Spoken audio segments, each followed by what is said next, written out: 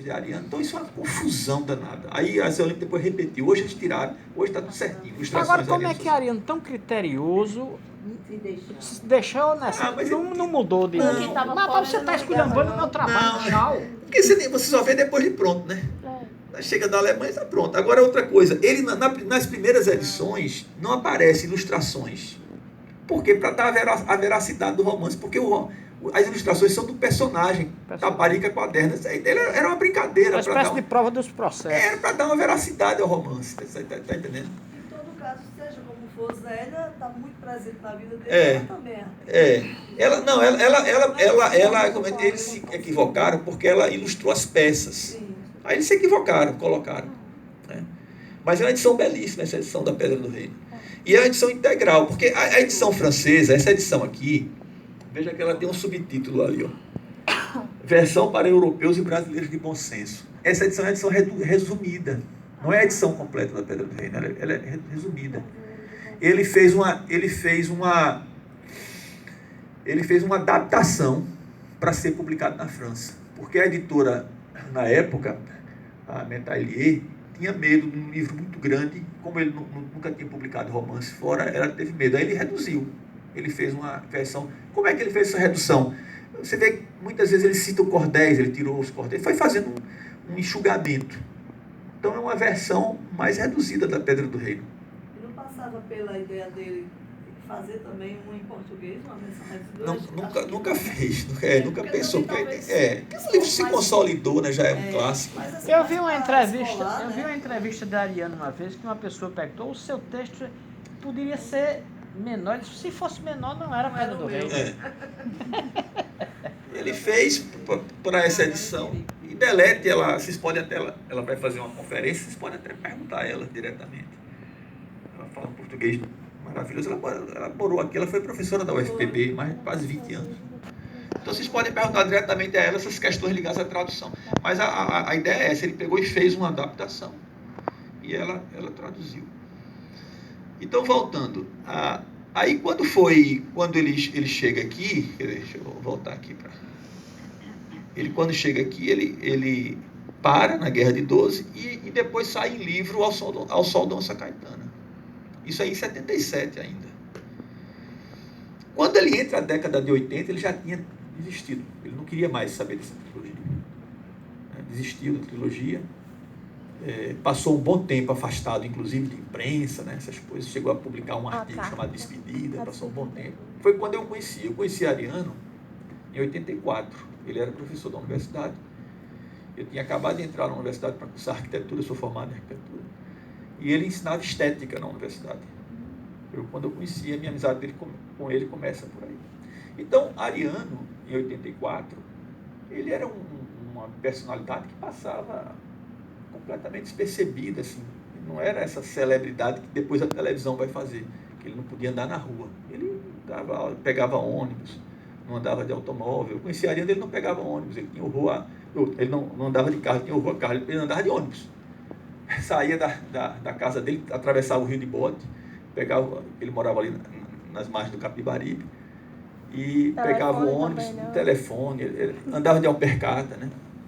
De roupa, as roupas caqui, como se fosse aquelas roupas de quaderna da Pedra do Reino. E passava despercebido. Agora, era muito conhecido literariamente, as pessoas sabiam. Ariano foi um dos grandes nomes. Ariano, na década de 60 inteira, o teatro, todo mundo só se falava em Ariano. Era Nelson Rodrigues e Ariano, eram os dois nomes, né, do teatro. Então, ele era muito conhecido literariamente, mas não assim, como personalidade, né, que depois aí inverteu, né? Ele passou a ser mais conhecido como uma celebridade e pela juventude, menos lido pela juventude, né? Que eu pelo menos eu identifico isso, né? Os jovens... Ele tinha um certo medo, assim, no início, de ele se colocar como uma pessoa que estivesse conduzindo as aulas de espetáculo.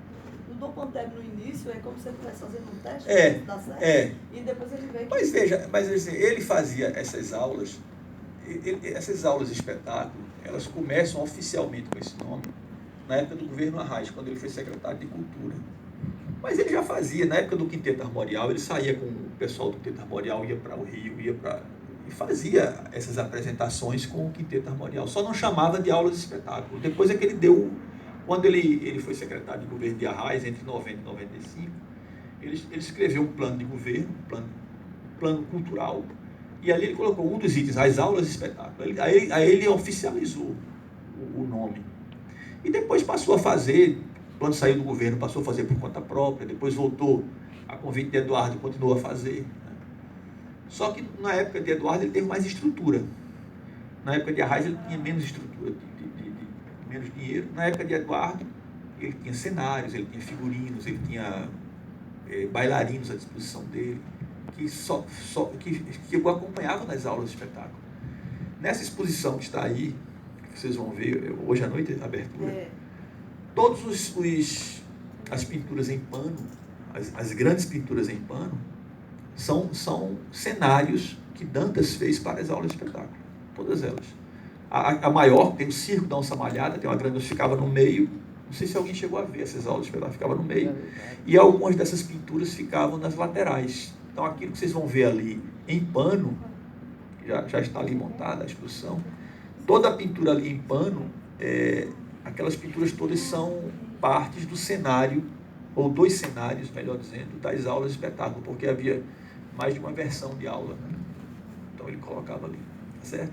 Bom, então quando ele desiste, ele passa esse tempo todo e vai chegar, desiste do romance de Sinésio, né? E vai chegar ao Dom Pantero. Então aqui eu coloquei algumas referências, mas para quem leu A Pedra do Reino sabe. A Pedra do Reino, a história se baseia num movimento que houve no século XIX, né? Não sei se alguém aqui já foi nas Pedras do Reino.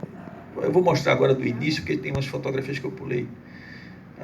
Anualmente existe lá, as Pedras do Reino ficam em São José do Belmonte, que é o município de Pernambuco, no alto de uma serra chamada Serra do Reino, ou Serra do Padre, ou Serra do Catolé. E essa serra fica exatamente na divisa de 3 estados, Ceará, Paraíba e Pernambuco, exatamente na divisa. Só que as pedras fazem parte do município pernambucano de São José do Belmonte. E estão lá as 2 pedras. E é um dos movimentos, digamos assim, sebastianistas, mais conhecidos da história do Brasil do século XIX, que é o movimento, o chamado Reino Encantado, né? O movimento do Reino Encantado, da Pedra Bonita, o Reino Encantado, que já havia sido trabalhado por 2 romancistas antes de Ariano. Há um romance de Araripe Júnior, do século XIX, chamado O Reino Encantado, e há o famoso romance do paraibano Celins do Rego, que é Pedra Bonita, que é de 38, né? Então, Pedra Bonita, Pedra Bonita é de 38, é por isso que Quaderna começa a narrativa dele exatamente em 38, né? Fazendo, já pega de Celins do Rego, né? Que seria o chamado século do reino, né? Por quê? Porque esse movimento, as pedras estão aqui, isso é uma cavalgada que se faz anualmente lá desde 98, 99, que uma associação cultural lá do município promove essa cavalgada à Pedra do Reino, né? Como é que Ariano descobriu esse cenário aí, essas pedras? Isso é antes do livro ou é depois do livro? O livro ele escreve entre 58 e, como eu disse, 58 e 70. Ele conhece as Pedras do Reino, ele conhecia o movimento sebastianista, né? Ele conhecia o romance de Celins. Agora, ele diz que pela primeira vez, ele vai às Pedras do Reino em 63. Aí. Ele vai, a foto que tem aqui no livro, que aparece é dele, e essa foto, segundo ele, foi tirada em 63, quando ele faz a primeira viagem a Pedra do Reino. Mas não se chamava Pedra do Reino, não, já? Chamavam de Pedra Bonita. Ficou mais conhecido como Pedra do Reino depois do romance de Ariano. Porque são 2 pedras, na verdade. Na verdade, é um conjunto enorme de matacões graníticos e tem 2 pedras que se sobressaem. São essas 2. Tem um conjunto aqui de pedras. E tem as 2 maiores. Aí chamavam de Bonita Maior, porque ela tem umas incrustações de malacacheta na base. Aí brilhava, parecia ouro. Mas eu queria entender o seguinte, por exemplo, Pedra Bonita de Celins do Rego, quando foi escrito, já se conhecia isso aí? Já desde, inspirado nisso aí? Sim, porque já existiu o romance de Araripe Júnior. Araripe Júnior escreveu um romance do século XIX chamado O Rei Encantado. Pedras. A partir da história das pedras. A partir do movimento entendi. sebastianista que existiu. Entendi. Aí são as referências históricas. Aí eu coloquei aqui as referências históricas, né? Você tem aqui a referência histórica e as referências literárias. Então você tem aqui, existe ainda, claro. Isso aqui é a primeira, o primeiro estudo sobre esse movimento sebastianista é de 1875. Porque o movimento é de 1838, o movimento sebastianista. Eles começaram a se organizar em 1837 e em 1838 o arraial foi destruído pela polícia.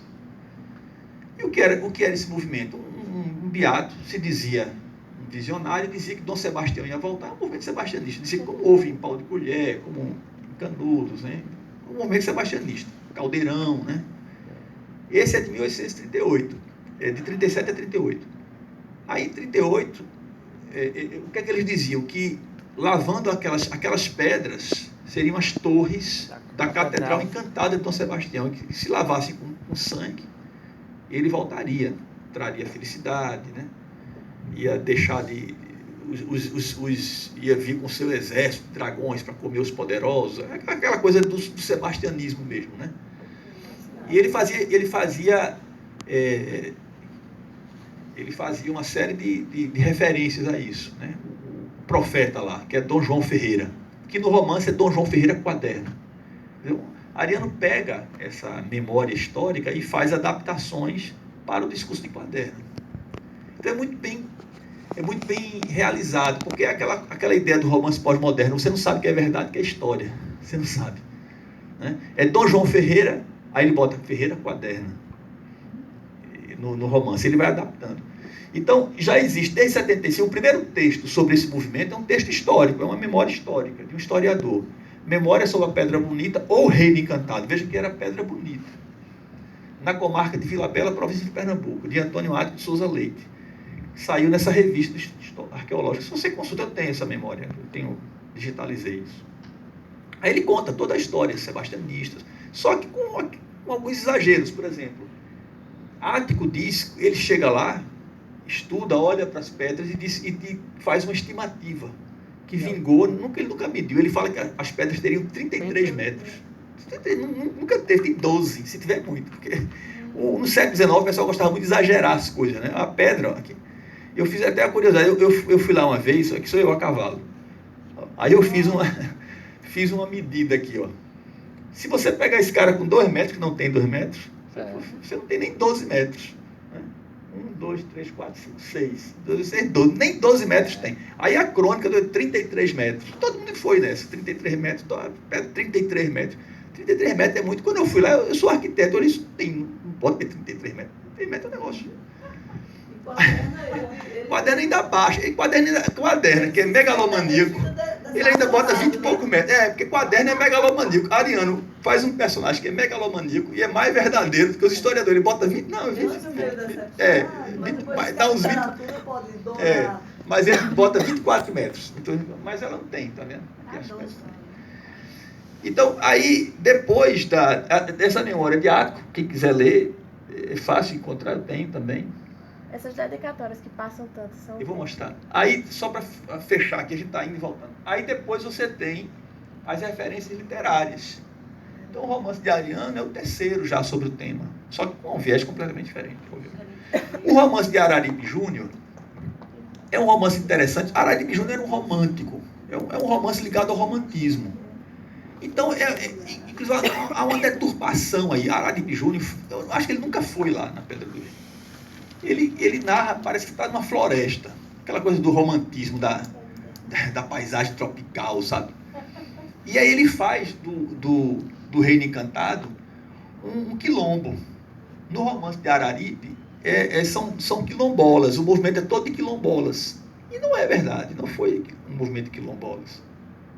Entendeu? Mas, de qualquer maneira, ele parte lá de Ático e faz a sua versão ficcional. Depois vem Zé Lins, né? Em 38, com Pedra Bonita, é um romance que ele continua em Cangaceiros. Na verdade, é um romance único, porque ele retoma o tema e não sei se alguém já leu. Pedra Eu já li Bonita. esse caldo. Pronto, Pedra Bonita. O cangaceiro, eu nem sabia É que uma era continuação, continuação. não sabia. Tanto é que Ariano gostava de dizer que era um romance só. E dava um título a esse romance, A Gesta de Aparício, porque é Aparício Vieira, que é baseado em Virgulino Ferreira, obviamente. E 38, coincidentemente, é o ano da morte de Lampião também, né? Quando ele escreve. E o personagem principal de Pedra Bonita, Bentinho, ele é bisneto do João Ferreira. E o grande problema dele é que ele é bisneto não é de João Ferreira, do rei, do rei de Pedra Bonita. Ele é bisneto do traidor, do camarada que foge de Pedra Bonita e vai levar a polícia lá, o Bentinho.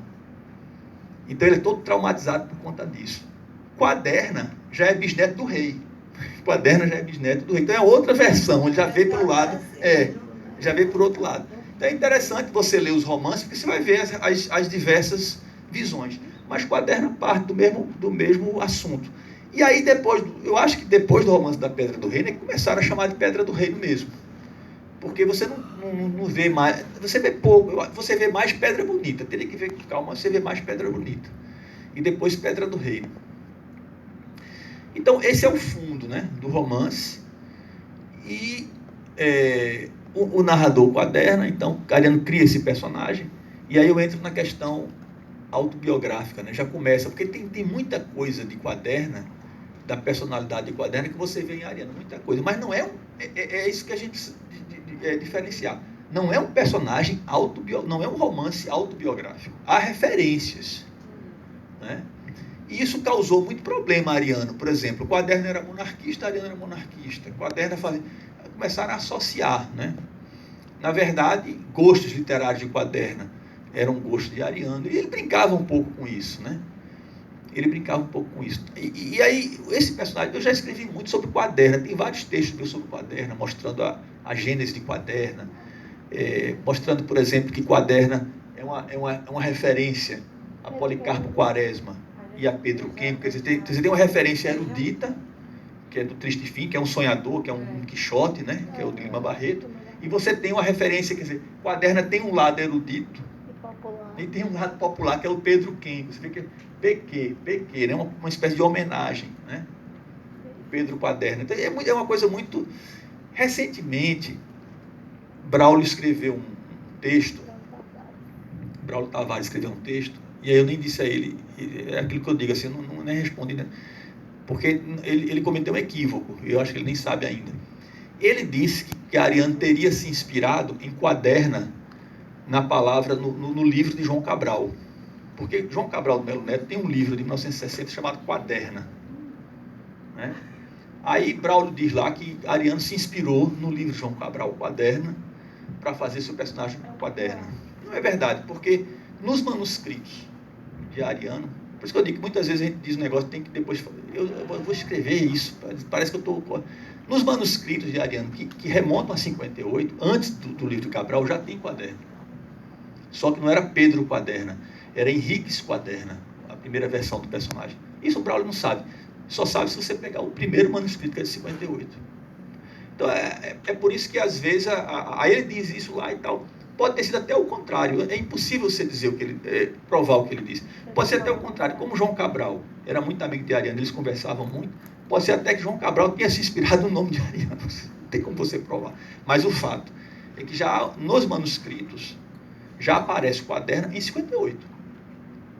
Ele não teve essa referência ao livro de João Cabral. Agora, tem uma referência direta, provavelmente, a um livro de Fernando Pessoa, porque Fernando Pessoa ele tem um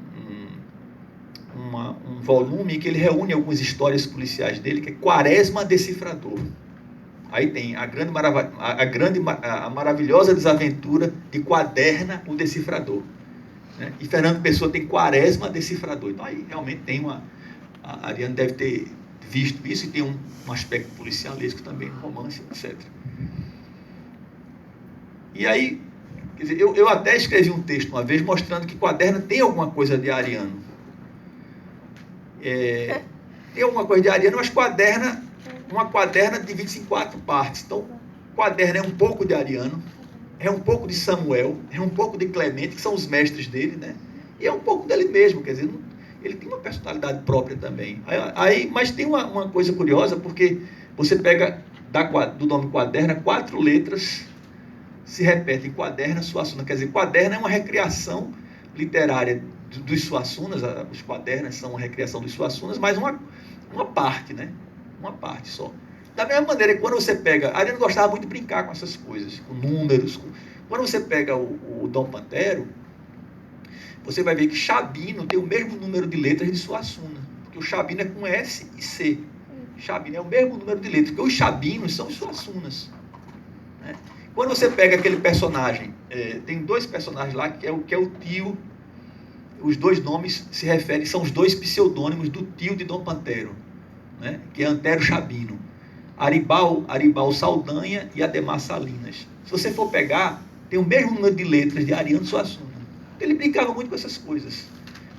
Todos ali são heterônimos dele, né? Auro Chabino, AS. Antero Saavedra, AS. Adriel Soares, AS. Né? Aribal Saldanha, AS. Todas as vozes do Dom Pantero são heterônimos de Ariano. Existe uma entrevista que ele dá, eu esqueci o nome do repórter, agora como é o nome do repórter? Da Globo News, agora eu esqueci o nome dele. Camarote. E aí ele diz que é autobiográfico, mas aí perguntam, e você é quem na história? Porque existem muitos personagens, muitos animais, eles aí é com o leitor, né? Então é o leitor que vai decifrar. Raquel de Queiroz disse, olha, todo personagem é autobiográfico. Porque é um pouco do autor. Quando tem um cachorro ali, sou eu, ela fez brincando, você tem um cachorro. Como cachorro age como eu agiria, né? Se eu fosse cachorro, né? Tem um pouco disso. Mas no caso de Ariano, claro que há essa referência, porque o Dom Pantero, ele reforça essa questão autobiográfica, né? Reforça muito essa questão autobiográfica, e ele mesmo diz, o que é que ele faz no Dom Pantero? Ele pega todas as... Ariano foi um escritor que trabalhou muito bem com diversos gêneros literários, poesia, romance, teatro, né? Ensaio. Ele fez tudo e fez muito bem, quer dizer, ele é menos conhecido como poeta por uma questão editorial, porque ele foi menos editado, mas se ele tivesse escrito só poesia, a poesia dele é uma poesia de uma qualidade incrível, quer dizer, ele ficaria no panteão tranquilamente. Mas ele fez sucesso primeiro como teatro, aí o dramaturgo ofuscou, o dramaturgo e depois o romancista ofuscaram um pouco o poeta, e ele publicou pouca poesia. A poesia completa dele vai ser ano que vem, a gente está organizando agora. A gente fez o teatro completo ano passado, vocês viram. 4 volumes, teatro. Os romances a gente está fazendo todos, quer dizer, falta ainda, eu não falei dele, vou falar um pouco, porque entre o Fernando Isaura e A Pedra do Reino, tem um romance de 66 chamado O Sedutor do Sertão, ou O Grande Golpe da Mulher e da Malvada. Vai sair agora no início do ano. Era para sair agora no final do ano, está todo feito. Fiz prefácio, tudo. Só que questões editoriais, vai sair no início do ano que vem.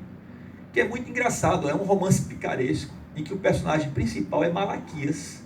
Quem já leu A Pedra do Reino, aquele irmão predileto de Quaderna, que é o grande caçador, uma Malaquias que é um sedutor. O Quaderna morre de inveja dele, porque ele é bonito, ele atrai as mulheres, ele cavalga bem.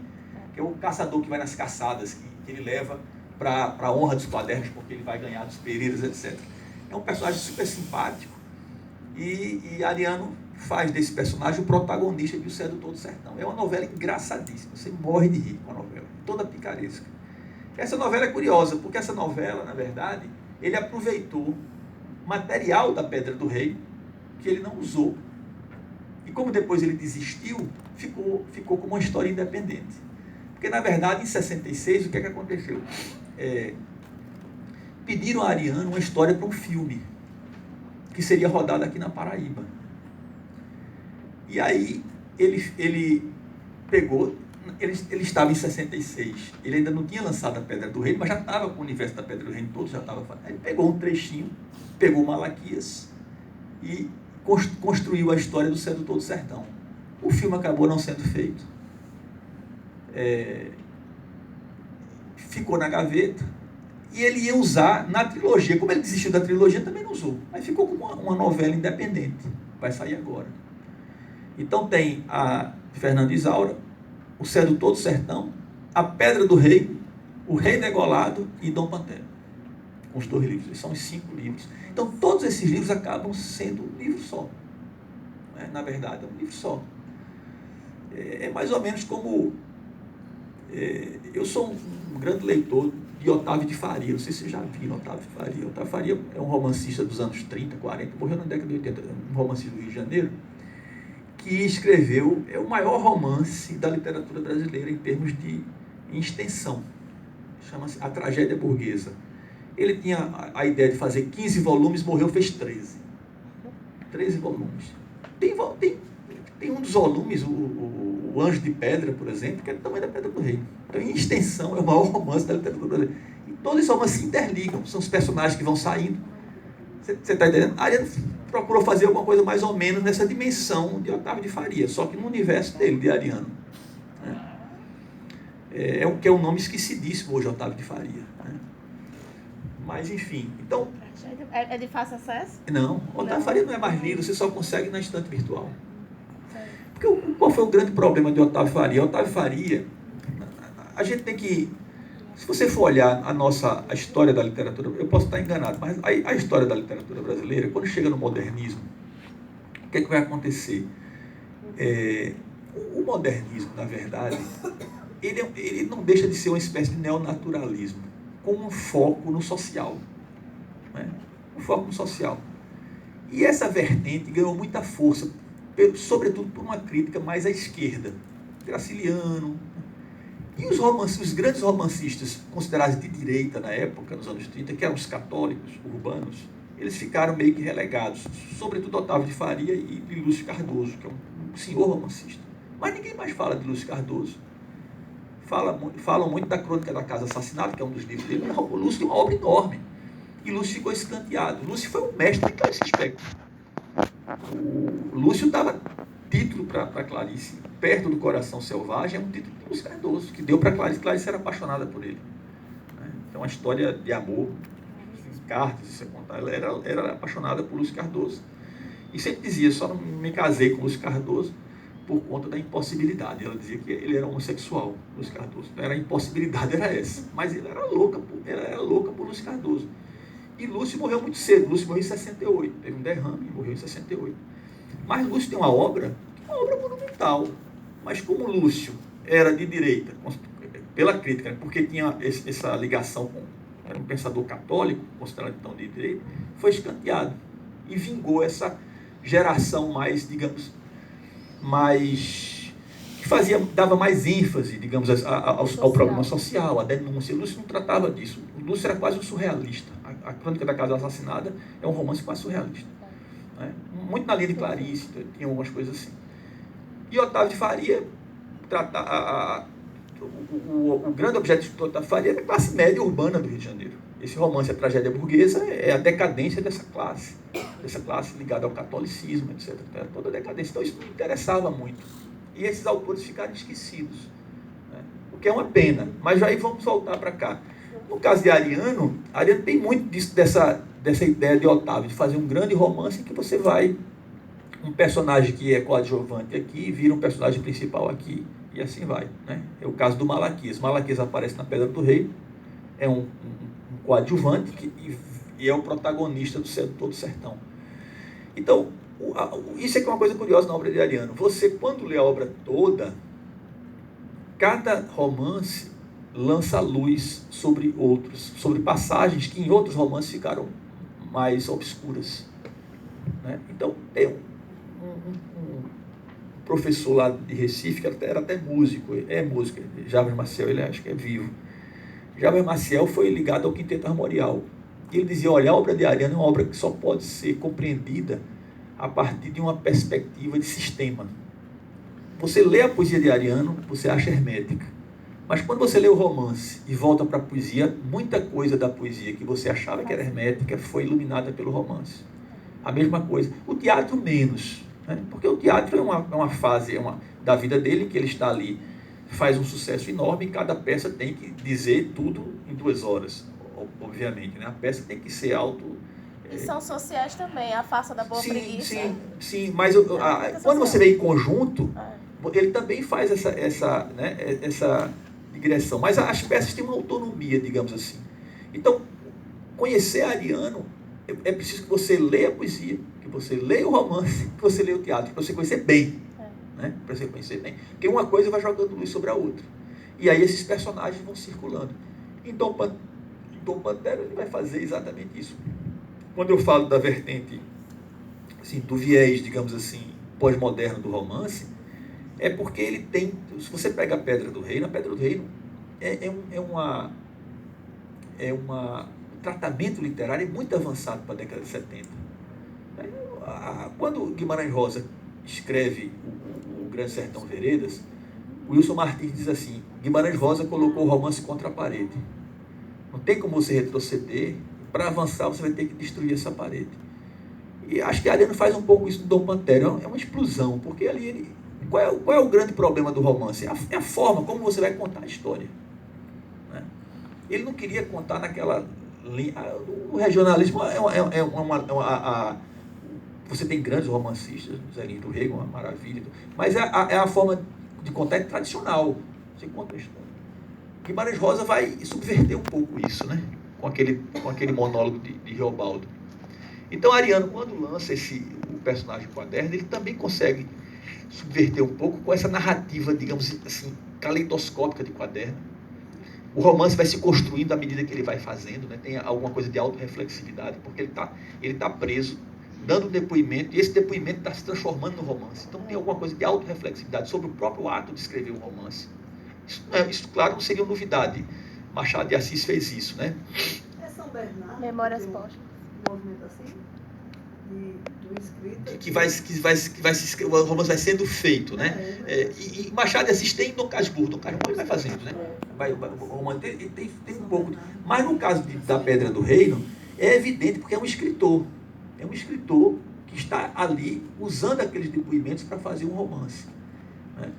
Então, e tem também essa questão de você trabalhar com o fato histórico, querendo convencer o leitor de uma versão que você dá a esse fato histórico.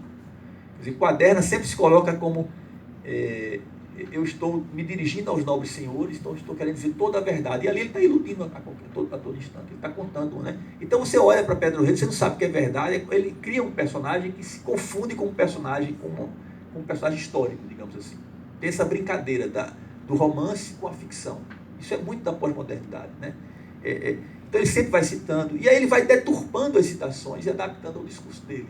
Isso é uma coisa muito interessante, porque ele cita um poema lá de um poeta qualquer, dá o nome do poeta, e aí quando ele dá o nome do poema, você não vai lá conferir, ele já deu o nome, mas aqui e ali ele está deturpando o poema e adaptando o poema ao discurso dele. É muito interessante esse citacional da Pedra do Rei. Ao mesmo tempo que ele está citando, fazendo uma referência histórica, ele está deturpando a história. Né? E tem, como eu já disse, essa integração com a imagem. Então, isso você tem na Pedra do Rei.